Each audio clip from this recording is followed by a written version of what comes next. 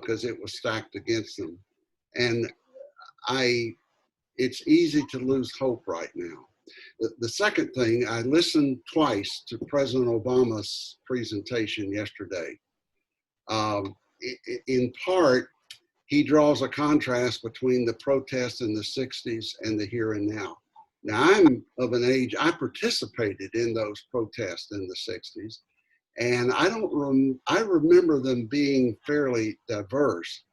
I'm not going to argue with President Obama. He says that the current protest is much more diverse in terms of age and race, et cetera, and that may well be true. I am encouraged of course, I deplore the violence, both by the police and by a few who loot and burn and so forth. But the strength of the protests, and now it's international, it's in other countries. I really do want to believe that there is a difference this time and that we really will face into this. Now, I don't know that, but hopelessness is the enemy of justice. And so descending into hopelessness is not going to help us. Thank you. Thank you, Bill. I have Ray on my list. And then Ron, I have two thoughts right now, just very quick thoughts. One, I'm very concerned about our democracy. I'm very scared about our democracy, seeing what's happened in Washington and other places. And second, I think that the protests throughout the country has opened up a whole new awareness, and I hope that we can take it somewhere and do something with it. Thank you, Ray. Alan. Well, here at Suncoast, my phone has just started to ring for something or other, but it'll go to an answering machine eventually. I've been doing two things, one of which is kind of funny. I've been making videotapes of the limericks people have written about the pandemic here at Suncoast. And today I'm editing them for a YouTube presentation that we can make here at Suncoast. The second thing that I'm doing is I took the 26 letters of the alphabet and I identified an emotion that I felt during the pandemic, and I've written a meditation about it, and I put together a book based on a book that I had done earlier. It's about 15,000 words, and I'm in the process of doing a videotape of each of those 26 meditations, along with an introduction that I've begun already to put it on YouTube. And then coming the beginning of July, I'll actually publish the book on Amazon as I hope, a helpful study to encourage people to confront the various emotions they're feeling now, rather than waiting later and letting those emotions fester and come out in an unhealthy manner 5 or 6 years later. I speak from some experience because I'm diagnosed with post-traumatic stress disorder myself, so I know the danger of waiting. Well, that's a couple of things that I've been doing. Okay. Ron. You're muted. Got you. You're good. Someone else can go. I have thoughts, but someone else can go before me. Okay. I don't have anybody on my list right now. I had Dia on my list, but okay, Catherine, and then Sally. Sally and Joel. Yeah, Patty. Yeah, what I've been doing is I'm part of a group that writes personalized postcards encouraging people to vote by mail. And so I'm picking up 250 postcards this afternoon from the kind of organizer. And what we do is we just write nonpartisan, personalized letter. When I say personalized, we try and personalize it. We explain that we're volunteers, we're not solicitors, and this is on the postcard. We say this, and we sign it with our first name, not our last name, and we encourage people. On the back of the postcard, it tells them how to vote by mail, telephone number to call, and so that people can vote safely. So that's what I've been doing. Thank you, Patty. I got. Me now? Yes, yes. Well, mine is just strictly personal.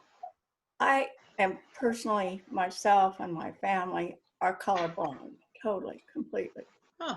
And my contribution to the world is I've raised two sons that are just absolutely, totally, and completely colorblind. My one older son is a writer, and he's written one wonderful book that he got the book National Book Award to Society for, but that's not what I'm talking about.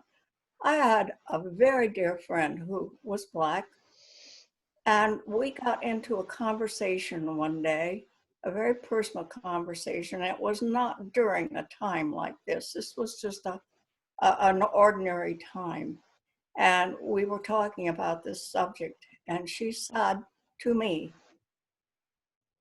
if my sons survive to the age of 21, I will feel I am a very blessed woman. And I just was so shocked. I said, what, you know, what? And she said, our chances, Patty, of raising our children to become 21 are limited. That conversation will live with me until I die, because I looked at my sons, we had sons the same age, and I thought, that thought never crossed my mind, never. And so, in a way, Dr. Porter, I wonder if this interest that everybody has now, is it going to really change anybody? I mean, I want it to so desperately, but I've always wanted it to, not just now because it's you know, captive, but I just feel so deeply about this because I can't understand how people can do this. I just don't understand. And that's just a personal, I'm just giving to you how I feel during this time. And I'm telling you, I am so upset. I want so badly for something good to come from this. And I'm so afraid that it won't. That's my subject. Thank you, Patty. Ron, whenever you, yeah. And then I have Sally. Mary Claire, did I see that you wanted to say something? No, I'm good. I'm just listening. I'm going to respond to Patty, and I think this will actually help clarify Catherine's question. And I'm going to let Sally go, and then I'm going to come back in later on, because I definitely want to come back to a different element that Patty's talking about. But on the nature of the conversation with youth, right? There's some, and I think about this as being both a Black and a gay man, and how you were told that there are only certain things that you will be able to do in this life. So for me, you know, not only could I be labeled as I'm not going to, you know, graduate from high school or make it past age 21, but I'm also supposed to have AIDS right now, you know, essentially, according to how we perceive these different things happen. So there are some ways in which I worry that the talk becomes a type of self-fulfilling prophecy, you know. It becomes a fear, and the fear is based out of a lived reality. It's there, but I come from a family that has a lot of Black women, you know, and it's interesting because in a lot of ways I'm also estranged from my family in different ways, and one of the reasons is because my racial politics is not one of fear and I'm gonna be sad and hide about being Black. It goes along with what James Baldwin said when he was asked, you know, like you were Black, you were poor, you were gay, like how low did you think you could go? And James Baldwin was like, I hit the jackpot, you know. And that has to be an element as this as well. So I know that that's real. And what I try to embody for Black youth, and especially Black men, is that you have a right to be happy and joyful in spite of the fact that everything out here is trying to destroy you. Because guess what, everybody? It's not just the Black people. Everything out here is trying to destroy y'all too. It's just different degrees that we choose to see and not choose to see, you know. So I wanted to say that to respond to Patty, and hopefully that'll clarify for Catherine more of what my thoughts are on that. Thank you. Well, Now Go ahead. Sally is on my list. Yeah, I just have a couple of things to say. I taught in an environment where I was in the minority, which is an experience many white people have never had, where you look out at a room and there are 30 people who are not like you and just you, okay? So when I watch this, I do have a sense this is my cause. These are my people. I can't help it because that's who I worked with for years. And one of the things that has been interesting to me through all of this is that a lot of the people on Facebook, I put my colleagues and former students on Facebook because I keep in touch with other people different ways. So I've had a lot of interaction with them, and it's been very, very interesting to me to see what they post and what they say. I was very heartened looking at the protesters and seeing, and this is for Mary Claire, mostly your generation, that's who was out there. And there were white kids and black kids, and some of them walking together. And I think honestly that this may be all positive instead of negative, because I think we've reached a point where the culture realizes that this is ridiculous. This is this one country. This is not, what are we going to do about the Black people? That's just not what it is. So my hope is in your generation. I'm not giving up on the rest of us, but I think that's where the hope is, really.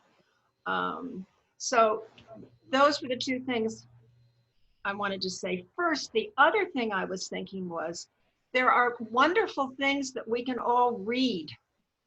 On YouTube, I discovered the James Baldwin speeches. Good idea, Dr. Porter, or bad idea? Good idea, okay. And they're on the Black experience, and there's one called The Price of a Ticket, I think. Also a good idea. Okay, if you Google YouTube James Baldwin, you come up with a bunch of these, and they're worth listening to. And he's such an articulate, educated man that it's a delight just to listen to him. So I would suggest that. And again, from having taught in basically a Black public school system, I had the benefit of having Black History Month every February. So I'm very familiar with the Langston Hughes poetry and all of that. So I would recommend that we all read more, educate ourselves more. And I guess that's it. So thank you, Sally. I put myself on the list. I'm going to interject it and say real quick, ask Bettina. Bettina, did you send out those articles I wrote about the Black Panther Party and conversations about race to everyone? You know what? You sent them to my private email, and yes. I just saw them yesterday. I forwarded them to my work email, so I can do that. I will have.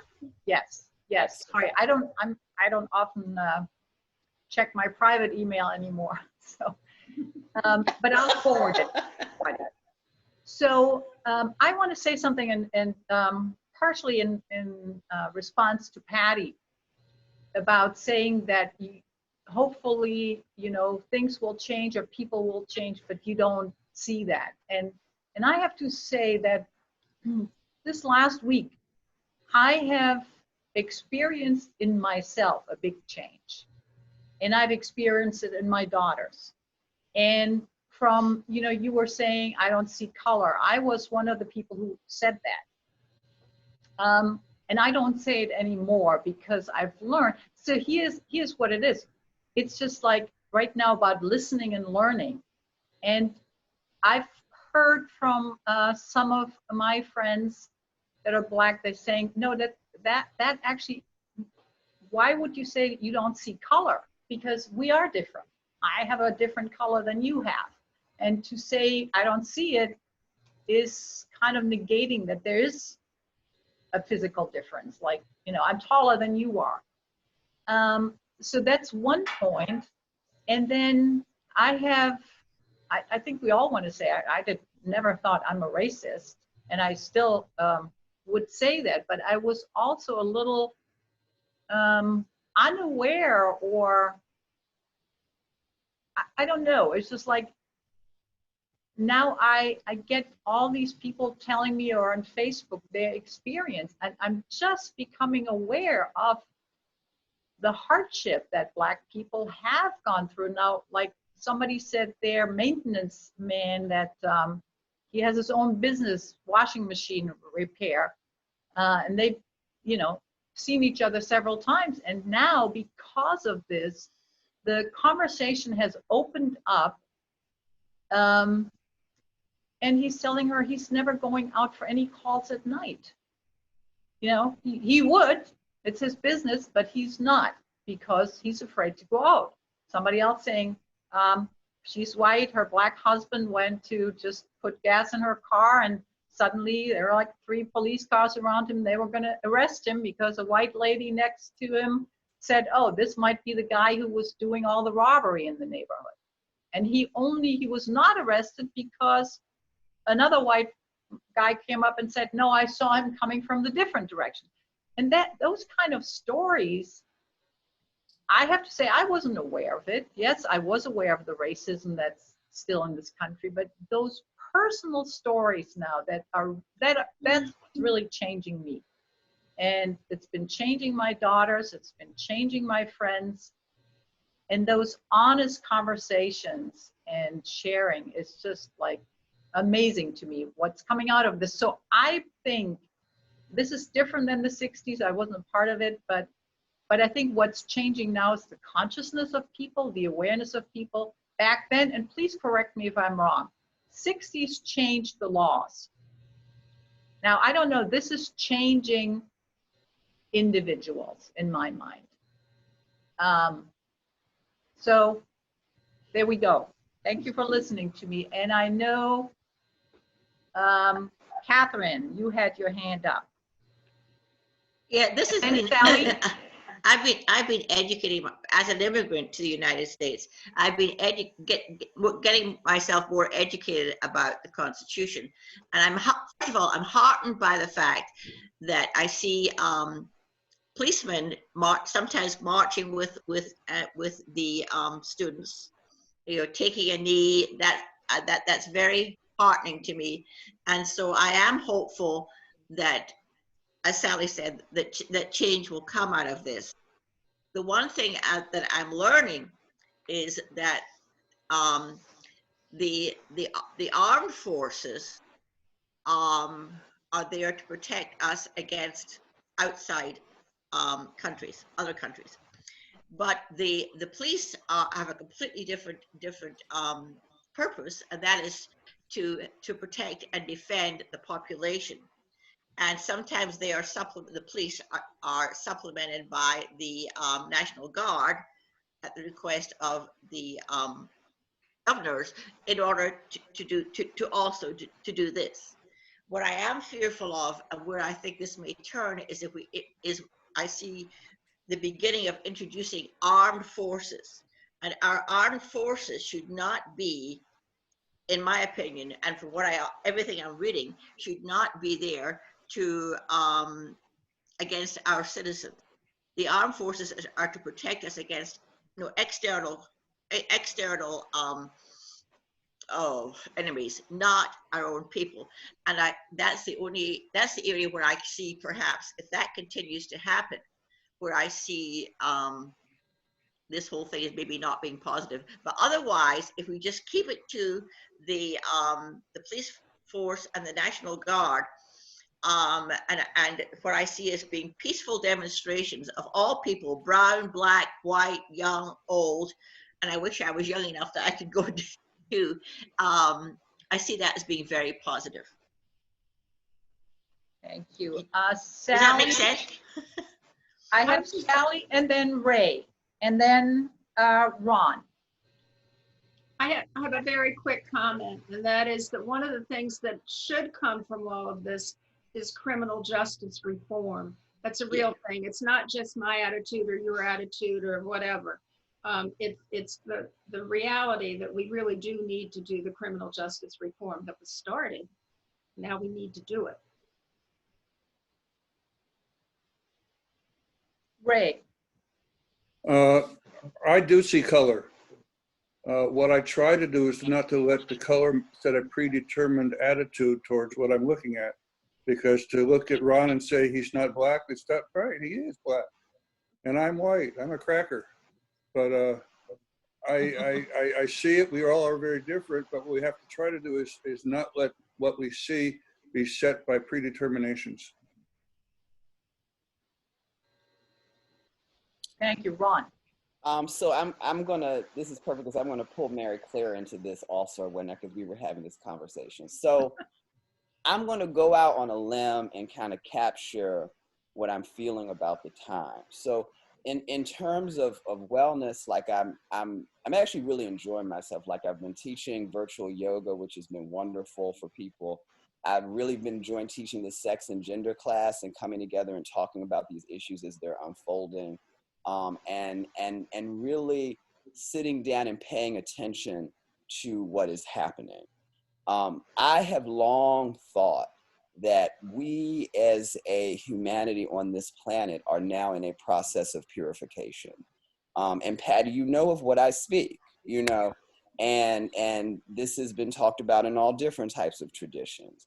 And one thing that became very interesting about the race issue this past week is that it almost, and I'm a Black person saying this, so get ready, it almost became a red herring distraction a little bit, you know, in the sense of we are dealing with cyclones, we are dealing with locusts, we are dealing with destabilization of governments across the globe, and we are dealing with pestilence, you know.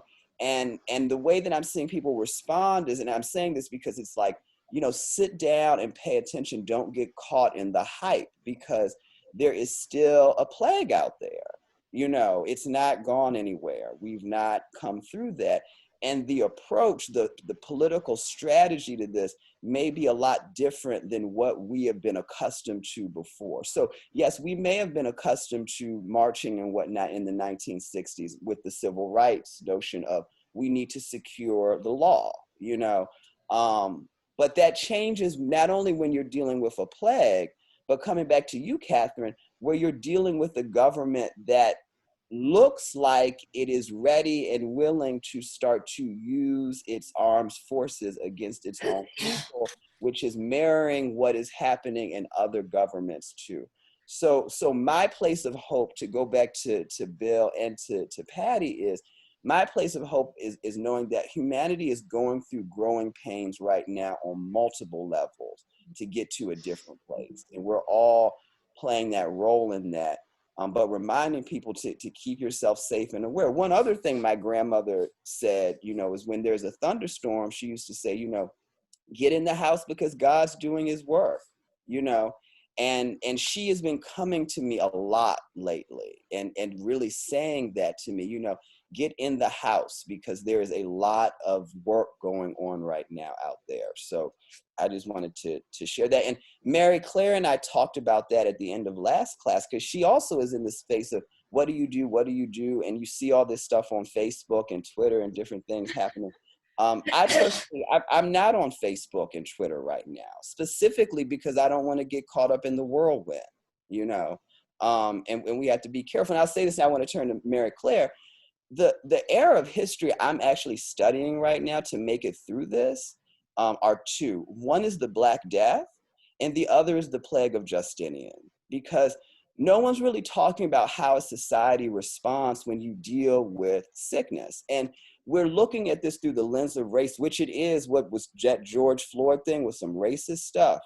But everyone seemed to also have forgotten that a lot of people lost their jobs in the past 2 months, and a lot of young people have been cooped up in the house for the last 2 months.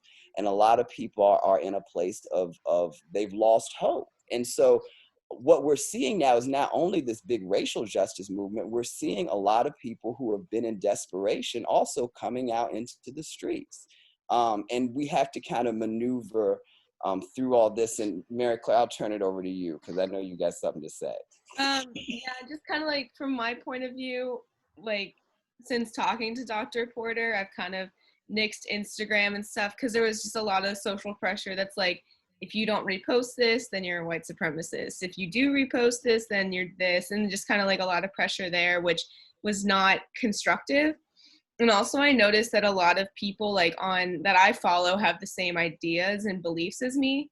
So when I repost something that's like, you know, I'm just like talking about it, it's kind of like all the people I'm talking to already know these things. You know, they're also in the same like place I am. So I'm not learning anything new and I'm not teaching anybody anything. Like I'm not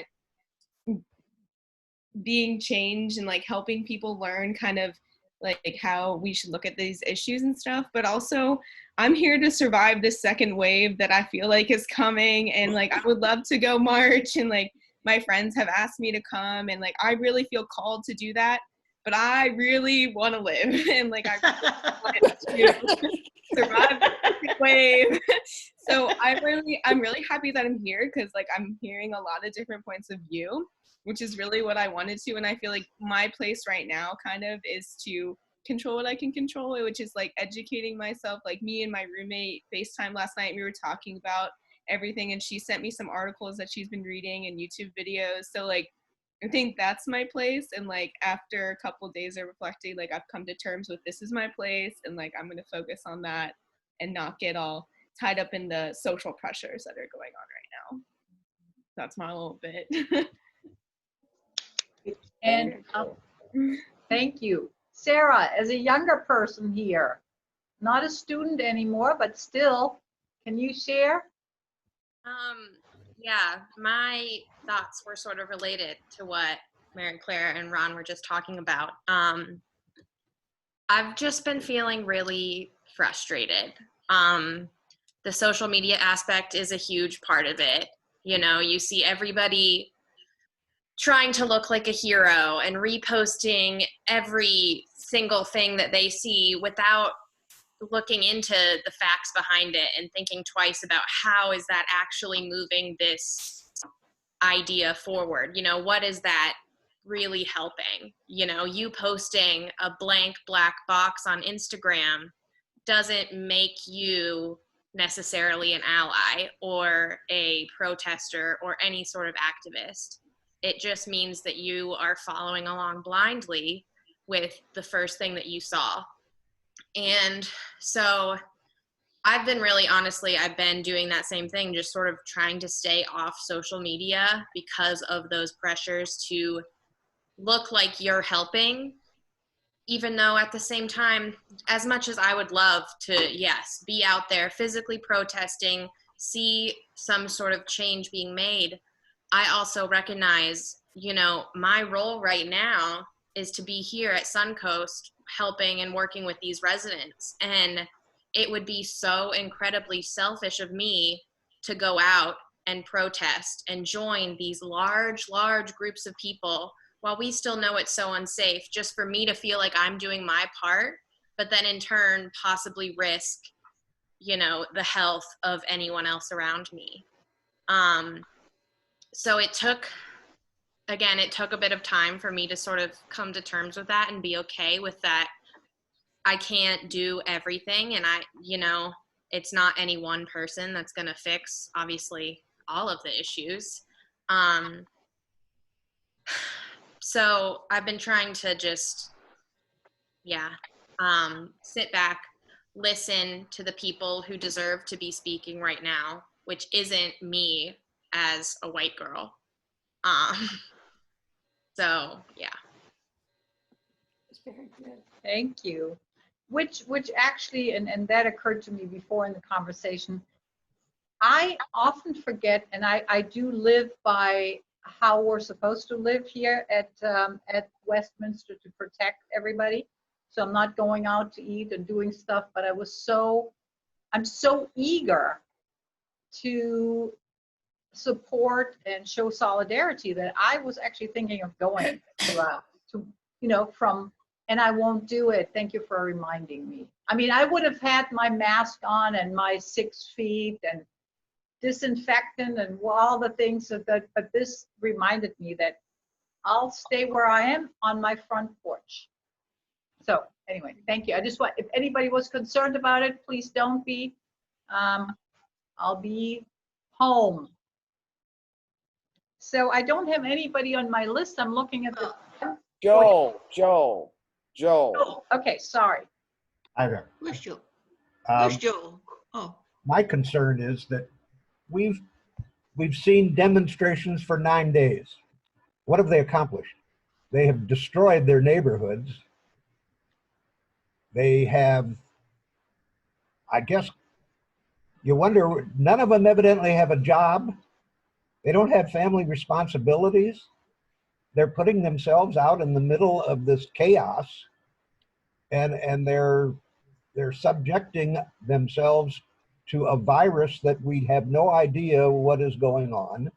And are we going to find in 14 days that all of a sudden all of the changes that have come about in order to try and loosen up this circumstance of being sequestered, are we going to find out that 14 days from now, which is the incubation period theoretically, that they have turned this thing into another pandemic more than anybody had ever thought?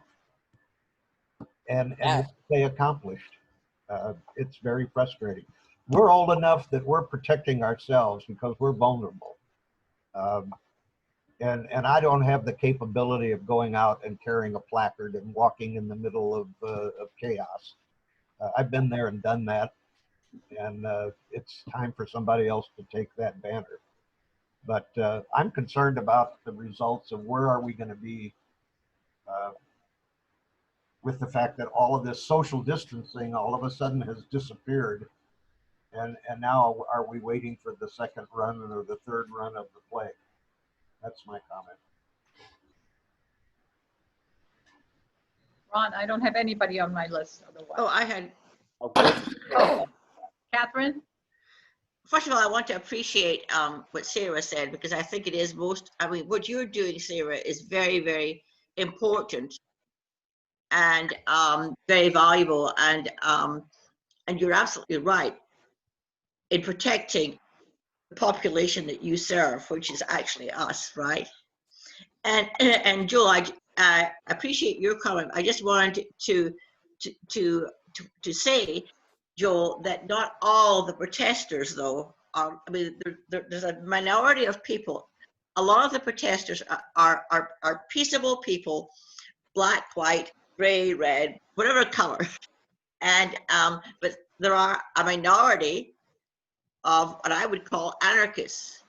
Well, there's anarchists and there's also looters who are just plain thieves. But we need to know that these are the minority, not the majority of people.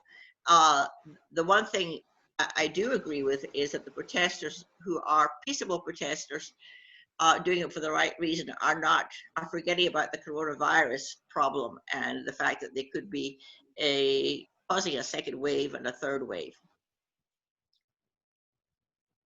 Ron? I'm really glad Joel said what he said, and I want to respond a little bit to Catherine. And I'm not being overly critical, but this is just how I'm doing my critical consciousness. Mary Claire knows what I'm talking about. So it's in how you see it and what's happening. So we get into the old conversation, like you're still in Rodney King riots, of like, okay, we've got looters going on, we've got this happening, but some of the people are peaceful, some of them are not, right? But then what we don't have within that is a conversation asking, well, are these people out here looting and taking food right now because they don't have food and whatnot, because they don't have money, because they lost their jobs from the plague? Here's what I'm doing. I'm not excusing any of this, but I'm trying to understand historically what tremors are moving through the society. And this is why, and this goes back to what Joel is saying, because you're right on the money. This is why I go back and study the Black Death. Because when people think about the Black Death, they think about like deaths macabre and like the little plague man walking around.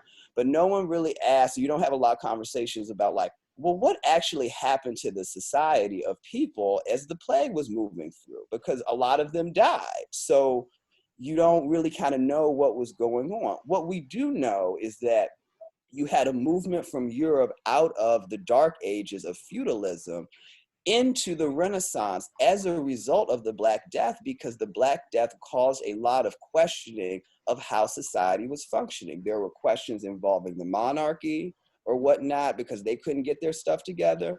There was questions regarding the church, because the church was not working to stop the plague or whatnot, so that went down. And you get to see kind of this reshaping of the society that's happening almost as a natural process. I have a feeling we're in a similar type of situation. I mean, back there, you saw pogroms against Jews during the Black Death. You saw the rise of the flatulence or whatnot, the fanatics and everything. We're seeing all of this again. So knowing that, I think it's important not to get kind of caught up in how the distractions are coming through for our century, to understand how to survive this, you know, because make no mistake, and I don't think anyone's really saying this for some reason, but this is how I'm operating. We are in a survival situation right now on planet Earth, and not just us, you know. And I'm approaching it that way from a place of joy and being very realistic about what's happening. Joel, it's like the knife cuts both ways, because you have these protesters out there who are, let me tell you how deep it is, right? You have these protesters out there now, but 3 or 4 weeks ago, we had the protesters out there who were talking about reopening. So we already have incubation happening. Then you have the protesters out now. President Trump is talking about going in and using the military, but when we use the military, that exposes them to the virus. You know, that all moves in a totally different way. So that's why I think it's really important to really pay attention to what's happening and maneuver in a way where you can protect yourself and protect your families and community. Okay. So it's 5 minutes to, and I just want to say that I'm still very happy that people are out there protesting, and not this. Sometimes we just miss a time quality of when it's necessary to speak up, and I think it's really necessary right now. So I hope everybody will wear their mask and have their distance. I know they don't, and of course I'm appalled also by the criminal, the looting and all of that. I still think it's time. It's good. It has to be done. So there we go. Anybody else? I just want to say, I want to keep doing this, you all, and I want more students to come. So we're going to keep pushing for, it's summertime too, and there's a lot going on. But I know a lot of people are looking for community right now. So I'm so glad Mary Claire came today and whatnot. And I'm hoping to have a lot more students come, because I get a lot out of talking about this with you all. You know, I appreciate Catherine challenging me. I appreciate your voices. It's very important for me. So I hope it's important to you all as well. Mm-hmm. It is. Aline, did you want to say something? Yeah, I'm just wondering if the time of this affects the students' lack of participation. Is 11 o'clock on a Thursday morning an acceptable time? What are they doing? Are they working or studying or whatever, that they can't be part of this because I miss them? Well, just Dr. Porter, my explanation is too that the students I'm inviting are done with school. They are not in school anymore. I'm still inviting them. So I don't know what they're doing, but often I know it's like the question is about time. If we change the time, other people might not be able to come on. Personally, I want to keep it in. Your class, Dr. Porter, is one more Thursday, correct? 2 more actually, and then I start teaching the next class, which is race, ethnicity, and power. So we want to keep this going. And Arlene, I'll say too, and Mary Claire, chime in on this, because you know from personal experience, I think when we switch to virtual, like people are getting slammed with a whole lot of stuff. So for my class, I know like there's students who are like, they really want to come, but they're so busy with all this virtual stuff coming at them. And also like my class is at 1:00 p.m. But if a student is in California or is in a different part of the country, they have to tune into the class at that time. So it's everyone's trying to kind of figure this all out. Mary Claire, can you add to that? I mean, like, I know a lot of people in our class, for example, they're talking about that they have a class at this time right now. So they're struggling to make it. And then, like, I know that with kind of the online stuff, a lot of teachers, like, if you are taking another class, see it as an excuse of like, oh, you're not in class, so you need more work. Yep. So that means it's a lot more, like, it's honestly more intense to be online than to be in the classroom. So I think and then there's just a lot of distractions being home. And like, I mean, my parents started a chore list again, and like, I didn't have that in school. So it's like, there's pressure from your family that's like, you know, if you don't vacuum, then you can't like do this.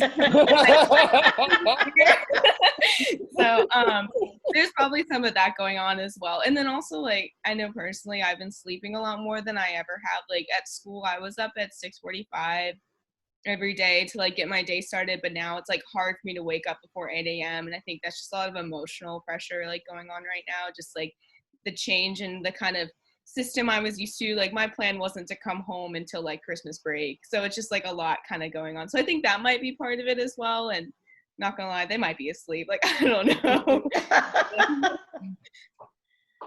I was wondering if the topic, I mean, this is for Mary Claire really, does the topic, maybe the topic of aging, which is going to be discussed this week, doesn't appeal to them? I mean, I'm just asking.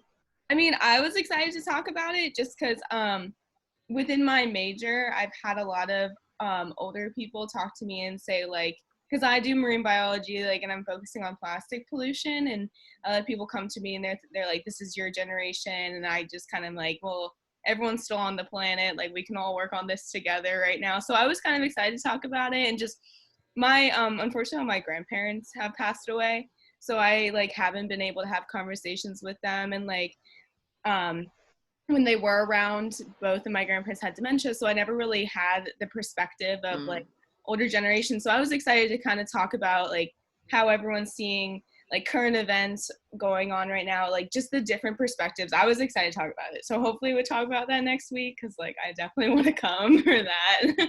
Well, good.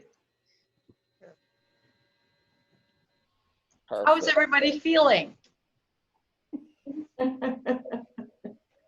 Good, good. Beautiful. So do we want to talk about next week's topic? So I say let's still think about the ageism topic, you know, but also I say let's go with the river, because we don't know what's going to happen between. I mean, the aliens might show up, y'all, between now and next week. We might be talking about the aliens cave. So let's keep it open at a certain level. So because we're just in such powerful times, and I really am very thankful to be here with you all as we move through this, for sure. Bettina, can I close this out with a quote? Please do. Wonderful. Beautiful, beautiful. This is for everyone. May the long time sun shine upon you. All love surrounds you. And may the pure light that is within you guide your way on. Namaste. Namaste. Thank you, everybody. We'll see you next week or before. Thank you. Bye-bye. Thank you. Namaste. Bye-bye. Bye-bye.